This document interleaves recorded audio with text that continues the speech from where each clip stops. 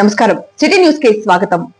నట సార్వభౌమ నందమూరి తారక రామారావు 102వ జయంతి సందర్భంగా ఎన్టీఆర్ సినీ రంగం ప్రవేశం చేసి 75 సంవత్సరాలు వజ్రోత్సవ వేడుకలు నాటకోత్సవ కార్యక్రమాన్ని నందమూరి తారక రామారావు కళా పరిషత్ ఆధ్వర్యంలో వినుకొండ ప్రభుత్వ జూనియర్ కాలేజీ ప్రాంగణంలో నిర్వహించగా ప్రభుత్వ చీఫ్ విప్ సీనియర్ శాసనసభ్యులు జీవి ఆంజనేయులు, లీలావతి, జీడీసీసీబీ చైర్మన్ మక్కన మల్లికార్జునరావు, పద్మావతి దంపతులు ముఖ్య అతిథులుగా హాజరై జ్యోతి ప్రజ్వలన చేసి నాటకోత్సవాలను ప్రారంభించారు.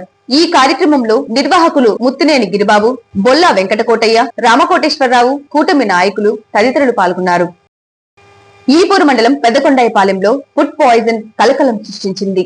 గ్రామంలో ఇటీవల జరిగిన ఒక శుభకార్యంలో అల్పాహారం తిన్న పలువురు వాంతులు, విరోచనాలతో తీవ్ర అస్వస్థతకు గురయ్యారు.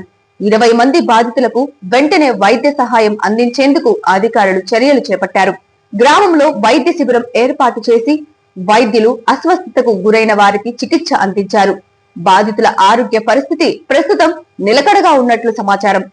3 రోజుల క్రితము పెద్దకొండాయిపాలెం గ్రామం నందు ఈపూర్ మండలంలో ఒక కుటుంబ కార్యక్రమం నిర్వహించడం జరిగింది. అందులో ఆ కార్యక్రమంలో పాల్గొన్న వారి కొంతమందికి అస్వస్థత నెలకొనడం జరిగింది. ఈ విషయం తెలుసుకున్న వెంటనే వైద్య సిబ్బంది వైద్యాధికారులు దృష్టికి తీసుకొచ్చినారు.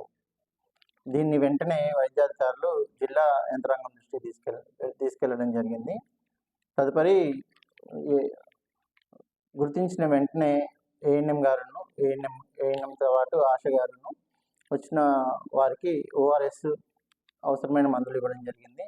దాంతోపాటుగా వైద్యాధికారులు మెడికల్ క్యాంప్ నిర్వహించి అవసరమైన మందులు ఇవ్వడం జరిగింది. దాంతోపాటుగా జిల్లా అధికారులు డిఎంహెచ్ఓ గారును, డిప్యూటీ డిఎంహెచ్ఓ గారు, నోడల్ ఆఫీసర్స్ ఈ కార్యక్రమంలో పాల్గొన్నారు.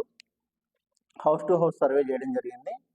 తర్వాత శానిటేషన్ వర్క్, అలాగా వాటర్ ప్యూరిటీ టెస్ట్ ఇవన్నీ చేయడం జరిగింది. దీంతో పాటుగా రెండు రోజుల పాటు మెడికల్ క్యాంపు నిర్వహించడం జరిగింది ఊర్లో. ముందు రోజు జరిగినప్పుడే maximum house to house survey చేసినట్లుగానే రెండో రోజు కూడా హౌస్ టు హౌస్ సర్వే చేసి ఎవరైతే అనారోగ్యంగా ఉన్న వారిని గుర్తించి వారికి మందులు ఇవ్వడంతో పాటుగా తీసుకోవాల్సిన తగిన జాగ్రత్తలు సూచించడం జరిగింది. దీన్ని అందరిని ఉపయోగించుకున్నందుకు అందరి కృతజ్ఞతలు తెలియజేస్తున్నాను. బొల్లాపల్లి మండలంలోని వెల్లటూరు గ్రామంలో అడవిలో ఉన్న దుప్పి పొలాల్లోకి రావడంతో కుక్కలు తరిమి చంపిన సంఘటన వెల్లటూరు గ్రామంలో చోటు చేసుకుంది. ఉదయం వెంటపడి కుక్కలు దాడి చేస్తున్న సమయంలో గ్రామస్తులు చూసి కుక్కలని తరమగా దుప్పి అక్కడికక్కడే చనిపోయింది. సిటీ న్యూస్ ఇంతటితో సమాప్తం. తిరిగి రేపటి సిటీ న్యూస్ లో మళ్ళీ కలుద్దాం. అంతవరకు సెలవు. నమస్కారం.